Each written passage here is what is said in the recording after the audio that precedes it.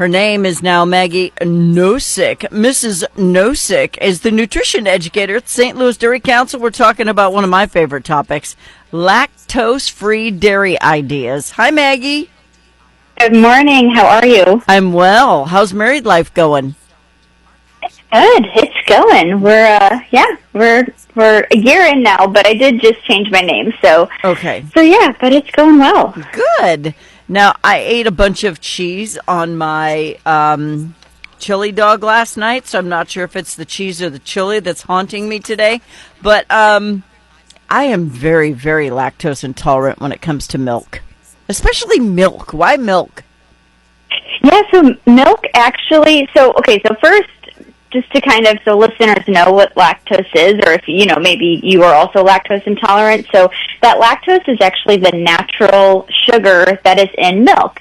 And so in milk, it's the most prevalent. It's the highest in milk, which is why, like you said, you might be experiencing maybe some stomach discomfort, gas, bloating, things like that. And that's from that lactose. Basically, your body cannot break that sugar down. So most people make an enzyme called lactase to break that sugar down, but some people don't make that enzyme or don't make enough of that enzyme. And so you then, when you drink milk or eat dairy foods, might get some discomfort. But it is the highest in milk. And so that's, like you said, kind of why when you're having milk, you might experience a lot more of these symptoms. Some of the other dairy foods, though, they are made with milk, but the way that they're made, you actually remove a lot of that lactose. So cheese, for example, is very, very low in lactose. So you might not experience any or as many symptoms if you're eating cheese because it's very low in lactose. Because when they kind of drain the liquid off of the cheese to make those curds, those cheese curds, you're actually removing a lot of that lactose. Okay. Well, that explains it because, I'm going to drink chocolate milk anyway. I don't care. I will just suffer through it. But I can't do regular milk. Okay, so lactose intolerance, she just explained that, but it's not an allergy. You're not allergic to it, but it can cause explosive diarrhea if you have a really bad case. Yes, so you are correct. It is not an allergy. So if some people do have a true milk allergy, and when that happens, you're actually allergic to the protein that is in milk. So it's a little bit different, the allergy versus this is more of a sensitivity or an intolerance. And so basically your body just can't tolerate it or tolerate as much of it as maybe some other people. So this is for the sugar that is in milk, that natural sugar. But yeah, you can still actually have dairy foods. Like I mentioned, cheese is very low in lactose. So some dairy products are a little bit lower than others. Or there's always lactose free, and I know kind of we'll get into it a little bit more. But lactose free is always an option, and that is still true dairy. Mm-hmm. And that confuses people. They think it's fake milk. Yes, yeah. So it is still dairy. It is still milk from the cow.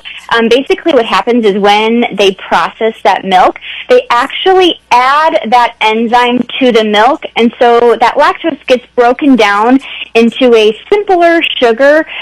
Basically, it takes that step away from your body. So when you're drinking lactose-free milk, it is still milk, still dairy, still has all the same nutrients that milk has.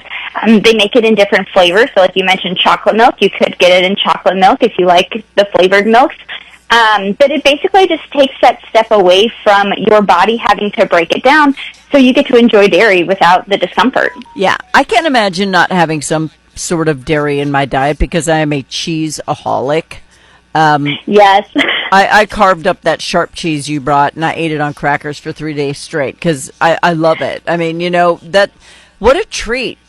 It's like a charcuterie tray. You buy a little bag of pepperoni, you got some sharp cheese and some generic Nabisco crackers, and you go to town. It's like being at a fancy restaurant. Charcuteries are always a good choice, and you can kind of add whatever you want to that, and yeah, it's like snacky foods, but it still gives you a lot of really good nutrients, so you're getting a lot of great things from it. But that cheese you mentioned, so actually natural cheeses, so things like cheeses like cheddar, Colby, Monterey Jack, Gouda, Provolone Swiss, any of those. Love 'em. If you like any of those, Mozzarella. so those are actually, so those are all very low in lactose. So actually, if you're having a serving of cheese, which is about 1.5 ounces, so that's anywhere from maybe 1 to 2 slices. Of course, you can have more or less than that, and different bodies kind of different bodies process, the amount that you're eating a little bit differently. So for one person who's lactose intolerant, 1 slice they might have no issues with, but if they have 2 slices of cheese, they might start to get some of that discomfort. So, but those natural cheeses are very, very low in lactose, and so that's a really great option for somebody who might be experiencing lactose intolerance. I'm telling you, when I go to Polly Ice Pizza, there is more than 3 slices of cheese on each piece of pizza that I eat because I love it so much. So what if somebody can't eat dairy? Can they still get dairy-like nutrition? So, you can still, for example, if you're lactose intolerant, you can purchase those lactose-free dairy foods, and they make them in so many different options now. So you have your lactose-free milk, your cheese is very low in lactose, but they have lactose-free sour cream, butter, cottage cheese, so you can get lactose-free in even ice cream is lactose-free now, so you can get all kinds of different products that are lactose-free to not have that discomfort. The great thing about dairy is there's so many nutrients in dairy, like all in one package, and you can get nutrients from other foods.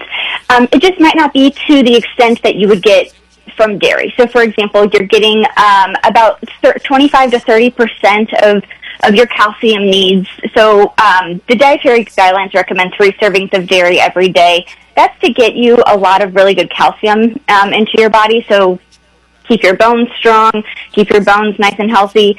And so without dairy, there is calcium in other foods. So, for example, broccoli has calcium. But you have to have about 5 cups of broccoli to equal about 1 cup of milk. Gosh. So, so now, yes, you can get some of these nutrients from other foods, but it might just take a little bit, and you really have to think through what you're eating and what you're drinking to make sure you're getting all those nutrients. So I would suggest if you are lactose intolerant, just to maybe get those lactose-free dairy foods and try it that way, because that's probably the best way to still get all those great nutrients without that discomfort. Well, and some of us have diseases where we can't eat broccoli because of the small little pieces on it. So, I mean, we're screwed if we do, screwed if we don't. So, the lactose intolerance thing is a very real thing. I don't know why there are more people now than when I was a kid. Nobody was lactose intolerant. If we were, we probably didn't know it because we were told there are starving kids in China. I'm like, yeah, now they're in China saying there are starving kids in America. But, we were forced to drink it whether it sat right with us or not, especially at school. We couldn't leave the table unless we drank our milk. And we weren't the special little kids who got to pick strawberry and chocolate every day. It was white milk, you drank it or you went without. So now... Why? No, go ahead. Yeah, why are there so many more people now who are lactose intolerant? What happened? Yeah, I think there's a lot of different things that go into that. I don't know necessarily if there's more people that are lactose intolerant, but I think more people are maybe aware of it. We are in this kind of time where people are very focused on what they're eating, where their food is coming from, how their body feels after they eat their food. And so I think that not necessarily more people are lactose intolerant, but I think people are just being more vocal about it. They're not eating or drinking foods that upset their stomach anymore, and they shouldn't have to. I mean, you don't want to go through life eating things that, Mom.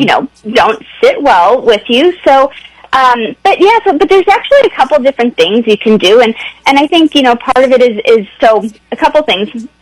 Usually it becomes more prevalent the older that you get. So as you age, so for example, elementary kids might not have symptoms of lactose intolerant, but maybe by the time you're in high school or college, you might start to kind of show some of these symptoms. And the other thing is how often you are maybe drinking milk. So your body can kind of like stop producing that enzyme to break down that lactose if you're not consuming it as often as maybe you once were. So you can always try to reintroduce it into your system. So for example, maybe you just stopped drinking milk once you were past, being a kid. And now as an adult, anytime you do drink milk, maybe you get that discomfort. That's because your body just isn't used to that lactose. If you start drinking, maybe just having a small sip or maybe even a fourth of a cup of milk every day, you kind of just start reintroducing it into your body. Eventually your body will then start to remake that enzyme, and you might be able to tolerate a little bit of milk. Nope. There's also, again, you could do cheese, of course, or even yogurt is a good option. Yogurt has probiotics in it, and so those are kind of those healthy, it makes your gut really healthy, and so, well, yes, it does have lactose in it. Those healthy probiotics, those gut bacteria, will actually help your gut kind of process it a little bit better, so hopefully it will reduce maybe some of those symptoms. But I always like to tell people, too, that there's actually a pill that you can purchase from, your local store. Yes, it's called the Lactase enzyme pill, and you can get it. And what I love about this is that you can then enjoy any kind of dairy food that you want. You don't have to purchase just the lactose-free. You can have one of these pills, and that's something that you should talk with your doctor about, because different people process different amounts differently. So where you might need one pill, somebody else might need 2 pills. It also depends on how much you're eating. So there's a little bit that goes into it. So definitely talk to your healthcare provider, but you can then take these pills about a half an hour before you eat, and then you can drink milk, eat ice cream, have some cheese, and again, hopefully not have any of those symptoms. So that is always an option as well. Awesome. So let's get a recipe in here before we run out of time, because you always have good ones. Yes. Yeah, so our recipe for this month is actually an Alfredo sauce, and it is all made with lactose-free dairy foods. So it is a homemade Alfredo pasta sauce. You use olive oil, butter, as I mentioned before. So butter is actually very low in lactose, but you can get lactose-free butter if you want to just do everything lactose-free. So butter, garlic, and your flour, you're going to make a roux. That's going to be your base. So you're going to kind of melt that butter and oil, add your garlic, add your flour. What's going to thicken your sauce. So make your roux. Then you're going to add in lactose-free whole milk. That whole milk, you can use whatever type of milk you like, but that whole milk is going to have a little bit more cream in it. It's going to make your sauce a little bit thicker. So your lactose-free whole milk, some chicken broth, Parmesan cheese, again, very low in lactose, and then whatever kind of seasonings you want to add to that, pepper, salt, garlic, onion, whatever you want to add, mix it all up, let it simmer, and you have a really, really delicious homemade pasta sauce. And so that is a great option, super simple to make on those busy nights, and it can all be lactose-free. Excellent, because a lot of people want that option and don't know what to do. Maggie Nosek is the nutrition educator at the St. Louis Dairy Council with ideas on lactose-free dairy, desserts, meals, whatever it is you might be looking for. They've got some ideas for you, but it's still dairy. They just found a way to make the lactose not take over your whole body like an alien from another planet. So, Maggie, thanks for being here. Of course. Thank you so much for having me. I'll talk to you next month. Bye-bye. All right. Bye.